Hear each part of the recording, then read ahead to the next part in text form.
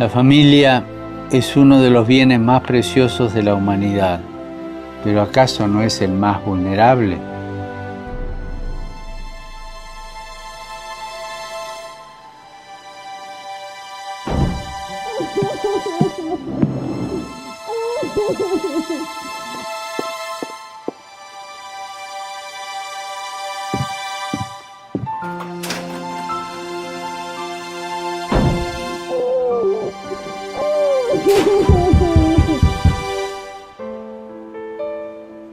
Cuando la familia no es protegida y empiezan las dificultades, tipo económico, de tipo de salud, de cualquier tipo, los chicos crecen en cierta atmósfera de tristeza.